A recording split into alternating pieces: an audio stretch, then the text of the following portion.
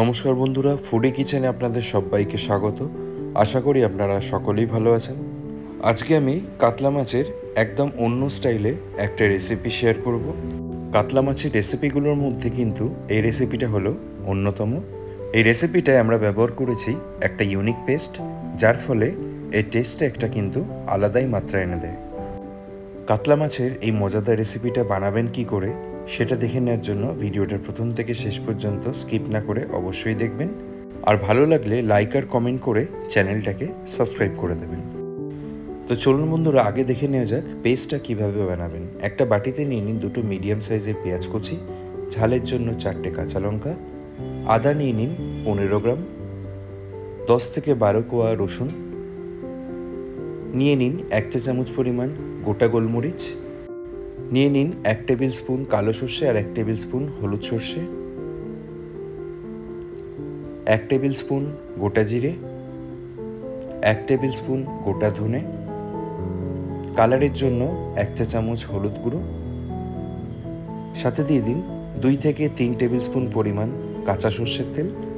সবশেষে সামান্য পরিমাণ জল মিশিয়ে এই সমস্ত কিছু একটা চামচ দিয়ে মিক্স করে নিন। তারপর এটা 10 মিনিটের জন্য রেস্টিংয়ে রাখুন। রেসিপিটা বানানোর জন্য আমরা নিয়ে নিয়েছি 1 কিলো কাতলা মাছ। কাতলা মাছটাকে বেসিক ম্যারিনেট করে নেওয়ার জন্য 1 চা চামচ লবণ, হলুদ আর কাশ্মীরি লঙ্কার গুঁড়ো মিশিয়ে দিন। তারপর এগুলো ভালোভাবে মিক্স করার জন্য দিয়ে দিন 1 টেবিল স্পুন পরিমাণ সর্ষের তেল। তারপরে মাছটাকে ভালোভাবে ম্যারিনেট করে নিন। মাছটাকে এবারে 10 থেকে 15 মিনিটের জন্য রেস্টিংয়ে রাখুন, আর সেই সময় পেস্টটা বানিয়ে ফেলুন। এবারে ম্যারিনেট করা মাছগুলো ভেজে নেওয়ার জন্য একটা কড়াইতে পরিমাণ অনুযায়ী সর্ষের তেল নিয়ে তেলটাকে প্রথমে ভালো মতো গরম করে নিন। তারপর মাছগুলো দেওয়ার আগে ফ্লেমটা মিডিয়ামে করে মাছগুলো দিয়ে দিন। সবকটা মাছ একবারে না ভেজে 2 ধাপে মাছগুলো ভেজে নিলেই ভালো হয়, তাহলে মাছগুলো ভেঙে যাওয়ার সম্ভাবনা থাকে না। এক্ষেত্রে মাছগুলোকে একটু লাল করে কড়া করে ভেজে নেবেন। উল্টে পাল্টে ইভেনলি ভেজে নেওয়ার পরে মাছগুলো একটা পাত্রে তুলে নিন।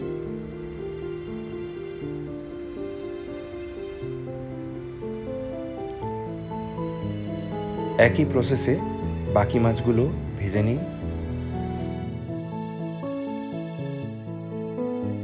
মাছগুলো ভেজে নেওয়ার পর অন্য একটা ফ্রাই প্যান বা কড়াইতে নিয়ে নিন 1 কাপ পরিমাণ সর্ষের তেল। তাতে দিয়ে দিন 4 থেকে 5টা এলাচ, সাথে 2টো তেজপাতা। এবার 10 থেকে 15 সেকেন্ড একবার নেড়ে চেড়ে ফ্রাই করে নিন। তারপরে বানিয়ে রাখা পেস্টটা মিশিয়ে দিন। মিক্সার গ্রাইন্ডারটা অল্প পরিমাণ জল দিয়ে ধুয়ে সেই জলটা মিশিয়ে দিন। তারপরে মিশিয়ে দিন 1 চা চামচ পরিমাণ কাশ্মীরি লঙ্কার গুঁড়ো, স্বাদ অনুযায়ী লবণ, টেস্টটাকে ব্যালেন্স করার জন্য 1 চা চামচ পরিমাণ চিনি, আর 3 থেকে 4 টেবিল স্পুন পরিমাণ টমেটো সস। দিয়ে দিন কিছু পরিমাণ কুচিয়ে রাখা ধনেপাতা। তারপরে 1 চা চামচ হলুদ গুঁড়ো মিশিয়ে সমস্ত কিছু ভালো করে মিক্স করে ফেলুন। আর ভালো করে মিক্স করে নেওয়ার পরে ফ্লেমটা লোতে দিয়ে দিন। তারপর এটাকে ঢেকে রাখুন 3 থেকে 4 মিনিটের জন্য। 3 থেকে 4 মিনিট বাদে ঢাকনাটা সরিয়ে দিন। গ্রেভি মশলাটা ভালো মতো কুক হয়ে গেছে। এইবারে মিশিয়ে দিন পরিমাণ অনুযায়ী জল। আমরা এখানে মোটামুটি 250 ml জল ব্যবহার করেছি। আপনারা গ্রেভির পরিমাণ অনুযায়ী জলটা ব্যবহার করবেন, তবে খুব বেশি জল না মেশালেই ভালো, তাতে এই রেসিপির টেক্সচারটা ভালো আসবে। এবারে 2 মিনিটের জন্য এটাকে বয়েল করে নিন মিডিয়াম টু হাই ফ্লেমে। 2 মিনিট বাদে ভেজে রাখা কাতলা মাছগুলো এক এক করে মিশিয়ে দিন।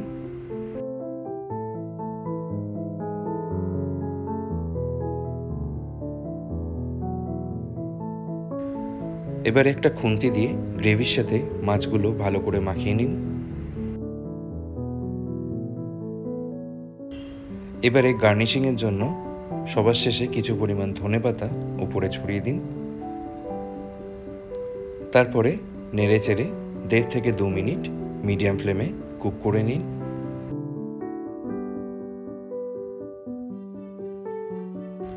ব্যাস বন্ধুরা, কাতলা মাছের এই ইউনিক রেসিপিটা এখন পারফেক্টলি রেডি হয়ে গেছে।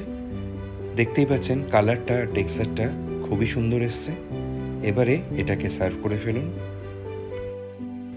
তো বন্ধুরা, দেখতেই পেলেন কাতলা মাছের রেসিপিটা কিন্তু খুবই সোজা বানানো। শুধুমাত্র এই রেসিপিটার সিক্রেট লুকিয়েছে কিন্তু সেই পেস্টটাতে। সুতরাং আপনারা কিন্তু খুব সহজেই এই রেসিপিটা যে কোনো দিন বানিয়ে ফেলতে পারেন। গরম গরম ভাতের সাথে এটা খেতে লাগে অসাধারণ। আশা করি রেসিপিটা বুঝতে আপনাদের কোনো রকম অসুবিধা হয়নি। আজকে তাহলে এ পর্যন্তই।